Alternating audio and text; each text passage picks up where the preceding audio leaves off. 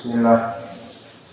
Innal hamdalillah nahmaduhu wa nasta'inuhu wa nastaghfiruh wa na'udzu billahi min shururi anfusina wa min sayyiati a'malina may yahdihillahu fala mudilla lahu wa may yudlil fala hadiyalah wa asyhadu an la ilaha illallah wahdahu la syarikalah wa asyhadu anna Muhammadan abduhu wa rasuluh.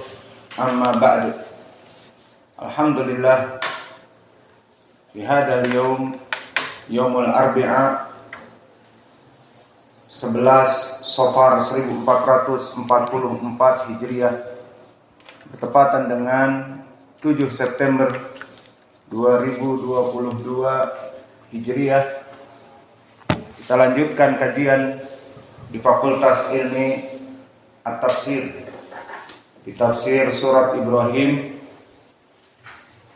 yang mana pada kesempatan hari ini kita masuk kepada ayat yang baru, ayat ke-31. Maka sebelum kita masuk kepada ayat yang baru, dipersilahkan kepada ikhwanuna untuk mentasmi ayat ke-31 dan kita masuk kepada ayat ke-32. Fadhalu hafizakumullah. أعوذ بالله من الشيطان الرجيم قل لعبادي الذين آمنوا يقيموا الصلاة وينفقوا مما رزقناهم سرا وعلانية من قبل أن يأتي يوم لا بيع فيه ولا خلال الله الذي خلق السماوات والأرض وأنزل من السماء ماء فأخرج به من الثمرات رزقا لكم وسخر لكم الفلك لتجري في البحر وسخر لكم الأنهار. Sekarang kita masuk kepada tafsir masih dari ayat Allah Jalla wa Ala. A'udzu billahi minasyaitonir rajim min hamzihi wa nafthihi wa nafthihi. Qul li ibadiyalladzina amanu yuqimus salata wa yunfiqu mimma razaqnahum sirran wa alaniyah min qabli an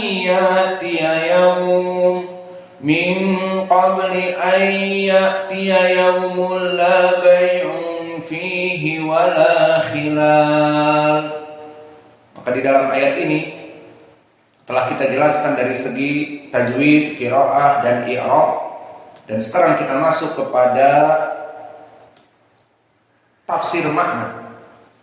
Maka dari tafsir makna mungkin kita terjemahkan, maka katakanlah li ibadi, kepada hamba-hambaku alladzina amanu, yang beriman kepada Allah. Apa yang dikatakan kepada mereka, diperintahkan yuqimus shalah. Maka i'rabnya yuqimu fi'lun mudhari' majzum dari fi'il amr yang mahdhuf, yuqimus shalah dari aqimu, yuqimus shalah. Maka hendaklah mereka mendirikan salat dan menafkahkan sebagian dari rizki yang Allah berikan kepadanya, sirra wa alaniyah, baik dalam keadaan sembunyi-sembunyi ataupun terang-terangan. Maka di sini menjadi pendalilan bahwa menginfakkan harta apakah harus sembunyi-sembunyi? Maka lebih baik seperti itu, seperti di dalam hadis yang muttafaqun alaih an Abi Hurairah, sab'atun yuzilluhumullah yaumun la zilla illa zilluhu. 7 orang yang dilindungi oleh Allah, dinaungi oleh Allah di hari tidak ada naungan. Maka disebutkan di antaranya rajulun yunfiqu bi amwalih hatta la ya'lamu yaminu hatta la ya'lamu shimaluhu ma yunfiqu bi yaminihi. Rajulun yunfiqu bi shadaqati fa akhfaha. Seseorang yang menginfakkan harta dan menyembunyikannya. Ini poin pendalilan. Bahwa menyembunyikan dari apa yang dia infakkan itu lebih baik. Namun dalam Al-Quran ini sirron wa alaniyah, secara sembunyi ataupun terang-terangan. Maka terang-terangan kadang-kadang terjadi. Seperti kita memang memberikan sesuatu terang-terangan. Membelikan karpet untuk masjid, ya terang-terangan. Membuatkan masjid WC dari uang kita, ya terang-terangan. Bagaimana mau menyembunyikan? Terlihat oleh orang dan sebagainya misalnya. Maka jika tidak bisa memang kecuali harus terang-terangan, ya terang-terangan pun tidak apa-apa sesuai ayat sirron wa alaniyah. Dan kadang-kadang justru dengan terang-terangan ini memotivasi orang-orang yang lain untuk melaksanakan sedekah. Seperti di hadis yang muttafaqun alaih dari Jarir, bahwa Nabi Muhammad SAW pada saat itu didatangi dari orang-orang pedalaman yang pakaian mereka compang-camping dalam keadaan kelaparan. Maka Nabi mengatakan, man arada an yatasaddaq falyatasaddaqu lahum. Barang siapa yang ingin melaksanakan bersedekah, bersedekahlah untuk mereka. Maka semuanya diam. Kemudian diawali rajulun minal ansor, dia membawa makanan, pakaian dan harta diberikan. Nih, maka alaniyah, bukan sirron, dipanggil, disembunyikan apa yang dia ingin sedekahkan, tidak. Alaniyah di depan manusia. Maka apa faedahnya setelah itu manusia yang lain cemburu, ghibtah, dia menginfakkan. Aku pun ingin masuk surga, menginfakkan. Dan yang lainnya pun menginfakkan. Maka kadang-kadang alaniyah juga penting untuk memacu kepada yang lain agar memberikan sedekah. Alhasil semuanya kembali kepada niat. Maka memberikan harta-harta mereka secara sembunyi ataupun terang-terangan sebelum datangnya hari kiamat kelak, yang mana pada hari itu tidak ada jual beli. Maksudnya tidak bermanfaat uang-uang yang ada untuk membeli, menyogok, membeli amal-amal, tidak bisa. Menyogok malaikat tidak bisa. Dan tidak ada juga khullah au khulal, maknanya teman-teman yang akan membantu. Maka di zaman sekarang di dunia ini, terutama orang-orang yang mempunyai kedudukan-kedudukan, jabatan-jabatan penting, maka bisa jadi dia dibantu oleh saudara-saudaranya, teman-temannya, dari anggota MPR, anggota DPR, atau mempunyai kenalan number one di Sumatera Barat dari gubernur dan di bawahnya, maka bisa bermanfaat untuk bisnisnya, untuk perkara-perkara yang lain. Namun di hari kiamat wala khulal, tidak ada orang-orang dekat yang akan mampu menolong mereka. Maka telah datang tafsir as-salaf tentang permasalahan ini.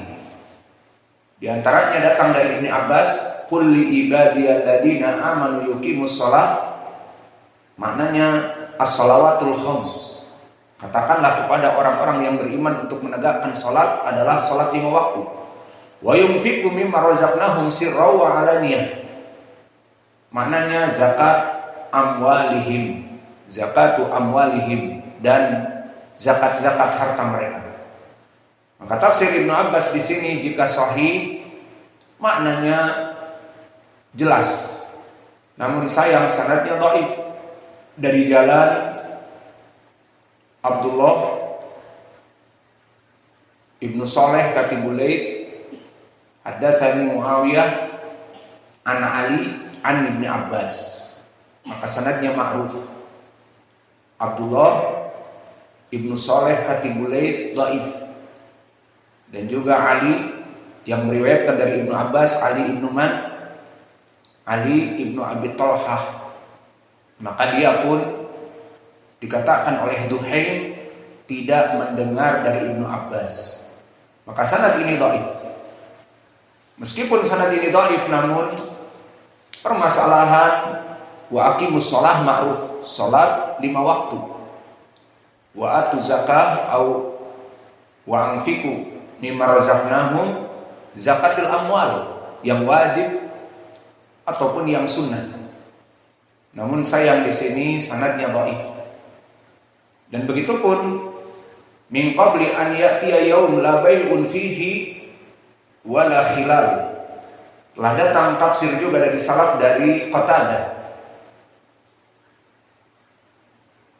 bahwa Allah Jalla wa Ala, kata Qatadah, telah menerangkan bahwa di dunia ini ada jual beli dan ada persahabatan.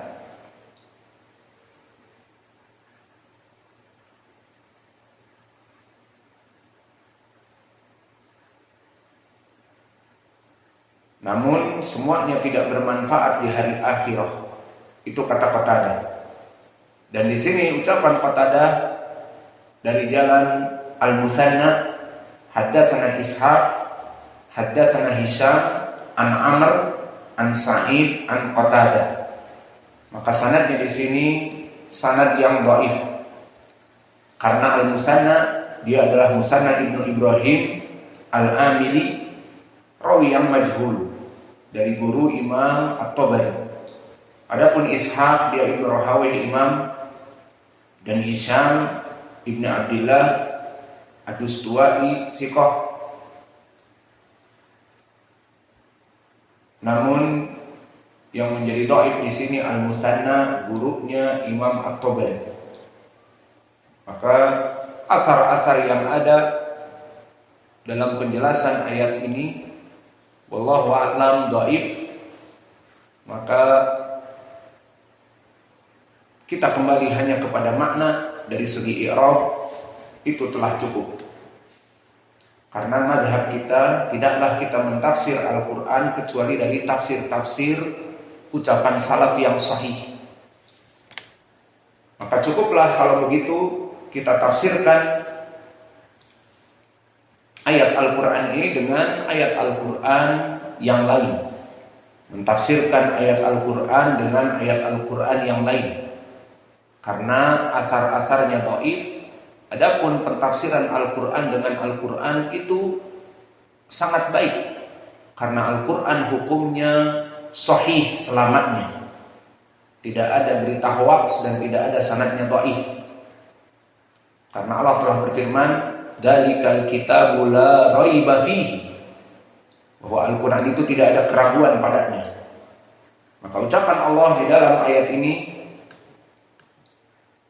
"Qul li ibadiyalladzina amanu yuqimus shalah wa yunfiqu mimma razaqnahum